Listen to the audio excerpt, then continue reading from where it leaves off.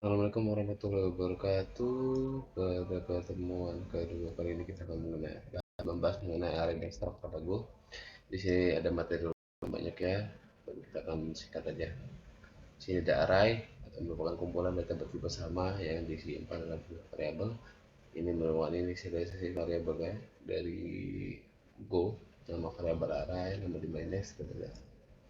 Kemudian ini merupakan contoh implementasinya var names variable yang mempunyai nama variabel names dengan jumlah atau panjangnya 4. Kemudian untuk variabel dimulai dari indeks yang dimulai dari 0 gitu ya. Names 0 berarti dapat. Kemudian jika di running dia akan muncul ini. Kemudian bisa diinisialisasi nilai awal dari sebuah array di depan sini.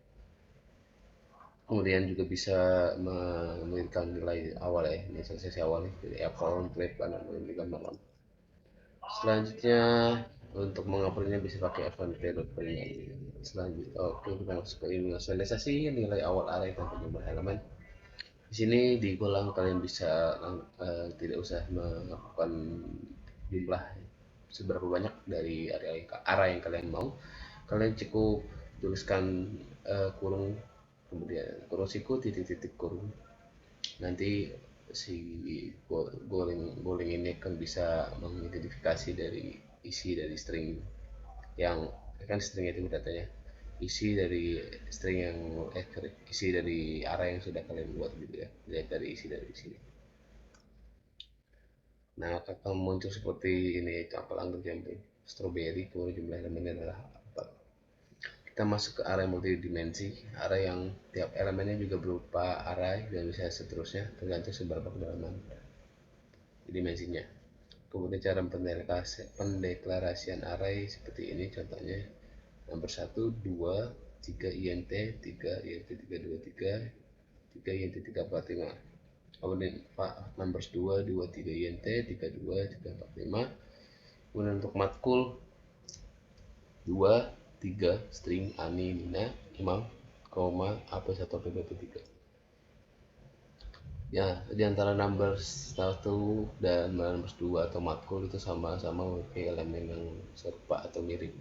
Dia yang dimaksudnya itu kita elemen dari ya 2, 3 ini ya, siku 2, siku 3, yaitu adalah pendeklarasian jumlah 2 elemen array. Jadi itu kayak nama juga kuliah di mana dalam elemen tersebut disimpan 3 elemen data gitu. Contohnya ada Ani, Nina, Imam, dan AP1, AP2, AP3. Nah, untuk outputnya seperti ini. Ini codingannya gitu ya. Oke. Lanjut, perulangan elemen array menggunakan keyword for range. Di sini kalian juga bisa menampilkan pakai isi array pakai for. Sini ya, pakai for biasa, kemudian pakai for i range gitu ya, sama kayak yang ada di Python juga bisa. Oke, untuk outputnya seperti ini. Selanjutnya ini menggunakan variabel underscore gitu ya, di sini for underscore di sini. Jadi kita bisa langsung ya gitu ya, nggak usah diinisialisasi, kita pakai variabel underscore aja langsung bisa tertampil bersama. Oke, di sini masuk ke struct. Go tidak memiliki kelas seperti bahasa strict copy lainnya, tapi Go tak memiliki tipe struktur yang disebut dengan struct. Struct adalah kumpulan definisi variabel atau properti dan atau fungsi atau metode yang dibungkus sebagai tipe data baru dengan nama tertentu. Tipe data properti dalam struct bisa bervariasi. Dari sebuah struct, variabel baru yang memiliki atribut sesuai skema struct tersebut dapat dibuat. Variabel tersebut dapat dipanggil dengan istilah objek atau object struct. Konsep struct digolong mirip dengan konsep kelas pada OP, meskipun sebenarnya berbeda. Konsep OP yang disinggung hanya digunakan sebagai analogi dengan tujuan untuk mempermudah dan mencerna dalam pemahaman struct. Oke, untuk memahami struct berikut adalah bentuk umumnya. Type, nama struct, kemudian propertiesnya apa gitu ya, dan tipe datanya. Di sini struct. Oke, sini struct itu udah memiliki dua. Ini cara membuat variabel biasanya tinggal menulis nama variabel diikuti oleh nama struct sebagai variable student. Oke, Ini nanti bentar. Oke, di sini untuk cara-caranya. Struct sudden yang deklarasikan memiliki dua properti, yaitu ada nama, name, dan grade. Objek yang dibuat dengan struct ini nantinya akan memiliki skema atau struktur yang sama. Struct sudden yang sudah disiapkan di atas akan dimanfaatkan untuk membuat variabel objek. Properti variabel akan diisi nilai kemudian ditampilkan. Di sini ada variabel S1 student. Kita memanggil variabel S1, kemudian memanggil objek yaitu dari objek struct ya, jadi student, kemudian diisi. Kemudian diisi untuk penamaan dari variabelnya S1 titik name gitu ya, down sama dengan down week, dan kita tampilkan menggunakan fmt primer. Kemudian tinggal menulis variabel yang diikuti oleh nama struct seperti var S1 student tadi. Semua properti variabel objek pada awalnya memiliki zero value sesuai dengan tipe datanya. Properti variabel objek bisa diakses nilainya dengan menggunakan notasi titik seperti S1 titik name. Nilai properti juga bisa dibahas seperti pada S1 titik grade sama dengan 2 gitu ya. Oke. Kemudian inisialisasi objek struct. Cara inisialisasi variabel objek struct adalah dengan menambahkan kurung perawat setelah nama struct atau struct. Nilai masing-masing properti yang bisa diisi ketika diinisialisasi. Pada contoh berikut terdapat 3 buah variabel objek yang diklasifkan dengan cara berbeda. Di sini bentuk 1 dia hampa atau kosong. Di sini cara mendeklarasikan variabel standarnya dikatakan, 2. Di sini yang ketiga bisa langsung dipakai untuk kata kuncinya atau keywordnya gitu ya, name. Jadi langsung dipanggil keyword kata kuncinya gitu ya. Name JSON di sini kan juga nggak bisa ini, nggak dipanggil juga bisa, sesuai dengan sama apa yang udah dibuat gitu kan. Standard itu dia punya namanya attribute name dan juga grade di sini. Nah, untuk output nanti jadi seperti ini gitu kan ya. Dari week, Ethan, JSON, kemudian untuk model keempat, JSON, dan kedua gitu. Oke, kemudian ada embedded struct. Embedded struct adalah mekanisme untuk menempelkan sebuah struct sebagai properti struct lain. Contohnya sebagai berikut. Ini jadi yang ditempelin atau ini ya, ditempelkan dari struct yang lainnya, yaitu dari type person. Ya, type person struct name age int gitu ya. Kemudian ada struct baru yang namanya type student ya, struct student, yang dimana dia mengambil atribut atau struct yang itu si person di sini. Dia mengambil ini ya, properti atau atribut dari si person dengan cara memanggil seperti ini. Jadi ada struct di dalam struct. Nah, ini. Kemudian di sini kita menginisialisasi variabel var s1 student gitu ya, kita panggil variabelnya. Kemudian di sini kita panggil juga personnya itu juga name, age ya di sini ya. Jadi kita manggil person itu ada atribut name sama age. Selanjutnya di variabel studentnya kita panggil atribut personnya. Person itu kan tadi si nilai per nya dimasukin. Kemudian di sini di student ini dia punya atribut grade gitu ya, grade 2. Tuh. Nah, nanti outputnya akan seperti ini. Week 3, 2, 2. Kemudian name-nya week 21, age-nya grade-nya 2 ini ya. Yang di sini nih, dari sini. Oke. Selanjutnya ada anonymous struct. Anonymous struct adalah struct yang tidak dideklarasikan di awal sebagai tipe data baru, melainkan langsung ketika pembuatan objek.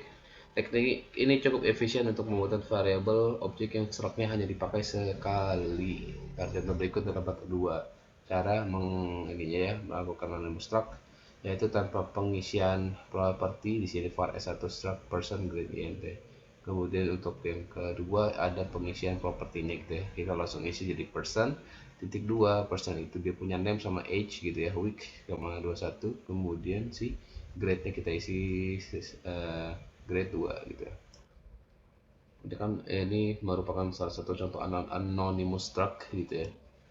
Pada kode di atas variabel S1 langsung diisi objek anonymous struct yang memiliki properti grade dan properti person yang merupakan embedded struct.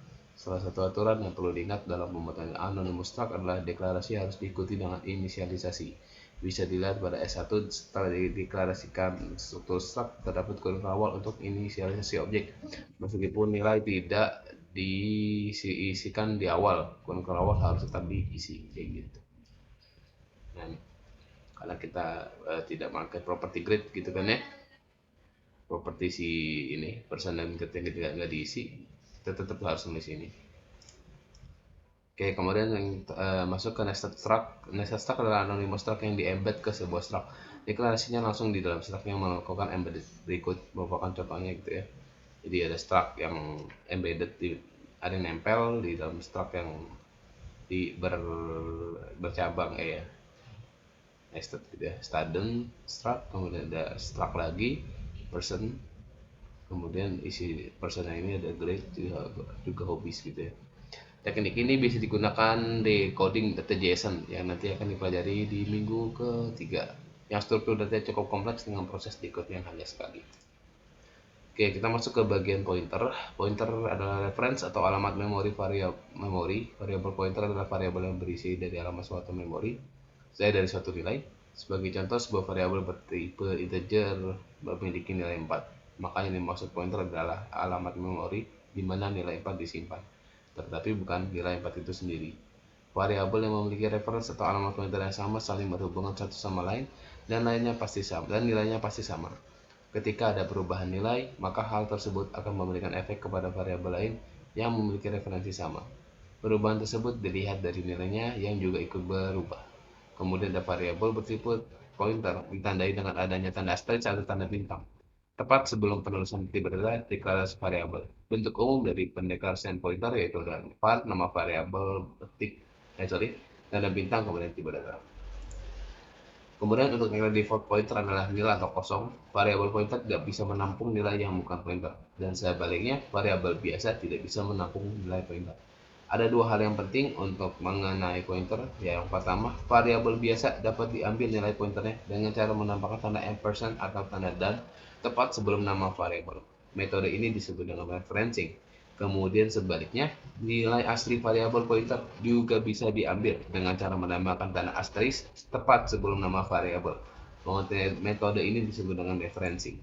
Di sini merupakan ada contohnya, yaitu ada referencing dan juga dereferencing di sini ya. Di sini yang referencing itu kita menggunakan tanda dan gitu ya. Kita mengambil nilai dari pointernya.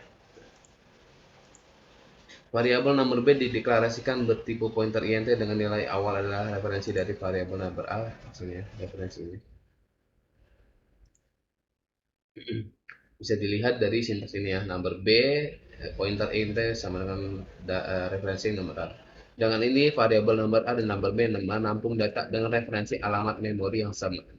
Variabel pointer yang dicetak akan menghasilkan string alamat memori dalam notasi hexadesimal seperti number B yang bisa menghasilkan output segini, sekian gitu ya, berbeda-beda. Dan yang lain asli sebuah variabel pointer juga didapatkan dengan cara reference terlebih dahulu. Bisa dilihat pada sintaks nilai B di reference number B gitu ya, kita nyari alamatnya. Ya, kan? Jadi sama, jadi ini ya, nilai B sama dengan B. Jadi outputnya nanti seperti ini. Nilai B dia differencing dari sini. Jadi sudah A di reference number A gitu, ngambil value atau alamat dari si number A, kemudian di referencing diambil value-nya pakai bintang, nilai aslinya gitu kan ya. Kemudian ada efek berubah nilai pointer ketika salah satu variabel pointer diubah, nilainya diubah, sedang ada variabel lain yang memiliki referensi memori yang sama, maka nilai variabel lain tersebut juga akan berubah. Kemudian ada contoh yang di bawah ini, yaitu ada anonymous struct dengan dua kondisi berbeda. Seperti pada contoh sebelumnya, variabel number A dan number B memiliki referensi memori yang sama. Perubahan pada salah satu nilai variabel tersebut akan memberikan efek pada variabel lainnya. Pada contoh di atas, nilai pada number A diubah menjadi 5 sehingga nilai asli variabel number B juga ikut berubah menjadi 5. Bisa dilihat di sini. Dia di nilai A, number A, alamat A kita nge-get alamat memorinya menggunakan dan gitu ya. Referencing. Kemudian nilai B di sini number B dia membuat pointer, number B membuat pointer dengan mengambil alamat number A. Di sini ketika nilai B dipanggil dengan menggunakan referencing gitu ya. Ini referencing dengan bintang, dia mengambil nilai asli dari pointer ya, yaitu berarti 4. Nah, alamat B juga akan sama karena kita mengambil dari alamat si A. Kemudian ketika kita mengubah nilai dari number A ini gitu ya berjumlah 5 yang sebelumnya 4, di sini kita akan mengalami perubahan juga di bagian ininya juga nih, di bagian nilai. Nah, di A ini dia berubah menjadi 5 juga, alamatnya tidak berubah. Kemudian yang B dia ikut juga nilainya berubah dikarenakan dikarenakan alamat B ini sudah sama dengan alamat A gitu, memori addressnya kayak gitu. Kemudian ada parameter pointer. Parameter bisa dirancang sebagai pointer. Cara penerapannya kurang lebih sama dengan cara mendeklarasikan parameter sebagai pointer. Perhatikan contoh di bawah ini gitu ya. Sini change, ini function. Kemudian ada pointer, number dengan nilai 10. Di sini ada original, bintang, int, value int. Fungsi change memiliki dua parameter, yaitu original dengan tipe data pointer int dan value yang bertipe data int. Di dalam fungsi tersebut, nilai asli parameter pointer original akan diubah. Fungsi change kemudian diimplementasikan di main. Variabel number yang nilai awalnya adalah 4 akan diambil alamat referensinya untuk digunakan sebagai parameter pada pemanggilan fungsi change. Jadi ingin berubah nilai dari merubah dari si sebelum number yang 10 menjadi number number yang 4 sebelumnya menjadi numbernya itu jadi 10 gitu ya, dengan cara menggunakan function change ini, yang dimana function change ini mengambil memori address gitu ya nih, dan number dari yang atas ini, mengubah value-nya menjadi 10 gitu ya. Nah di sini nih, jadi habis di reference original terus di referencing, diambil nilai aslinya si original, diubahlah value yang udah dikasih dari sini gitu. Jadi numbernya sama dengan 10 dari sini. Oke, untuk activity-nya adalah ini ya, kita package main. Ini merupakan dari library-nya gitu ya. Kalau kalian tidak ada package main, kalian tidak bisa import library dari importnya FTM type gitu. Kemudian ada function main. Ketika kalian tidak bikin atau tidak buat function main ini, kalian tidak bisa running untuk aplikasinya. Kemudian ada FMT print untuk memprint, kemudian ada scan untuk membaca tulisannya. Kemudian di sini kita akan melakukan perulangan nama menggunakan array. Di sini kita ada tiga ya, lebar atau length-nya. Ada Andi Budi Caca. Kemudian kita akan mengeprint menggunakan perulangan for i sama dengan 0. Kita inisialisasi variabel i dengan nilai 0. Kemudian jika kondisi i kurang dari len ini adalah panjang dari si nama, panjang nama adalah 3, kita akan menambahkan nilai i nya sama dengan 1. Jadi nanti kita akan menambahkan nama-namanya elemen ke 0 gitu kan ya, dengan nama i gitu. Oke, di sini case 2 nya adalah kita belajar referencing dan deferencing. Sini kayak tadi dibuat gitu ya, sini tapi kita menggunakan nama, sini kita menggunakan string. Kalau yang sebelumnya itu menggunakan int. Jadi kalian ganti aja untuk namanya ini. Di sini variabel di case 2 nya kalian ganti nama kalian di sini. Kemudian di nama ini kalian bebas mau ganti nama atau enggak, terserah. Di Budi Caca di sini bebas. Yang penting di bagian nama ini di case 2 kalian ganti nama ya, kayak tadi ini diganti nama sendiri. Untuk variabel B nya yang untuk ini bebas namanya, boleh kalian ganti boleh enggak. Oke, selanjutnya ya tadi referencing, kita mengambil alamat dari A, kemudian nilai B, punya alamat sendiri-sendiri gitu kan ya. Kemudian untuk selanjutnya kita referencing dari B gitu kan. Nah ini kita referencing dari alamat C sehingga ketika dijalani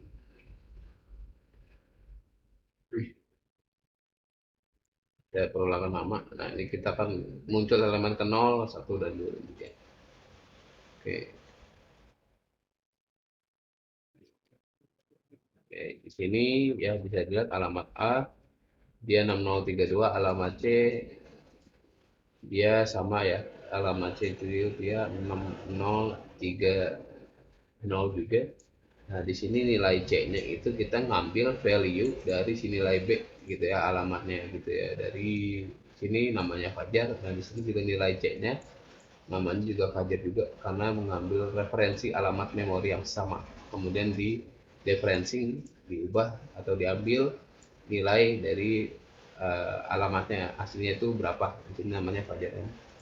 Oke, kemudian ada default ketika kalian tidak mengisi atau di luar dari pilihan, biasanya akan muncul pilihan tidak ada gitu ya, dan langsung keluar dari percabangan switch case ini.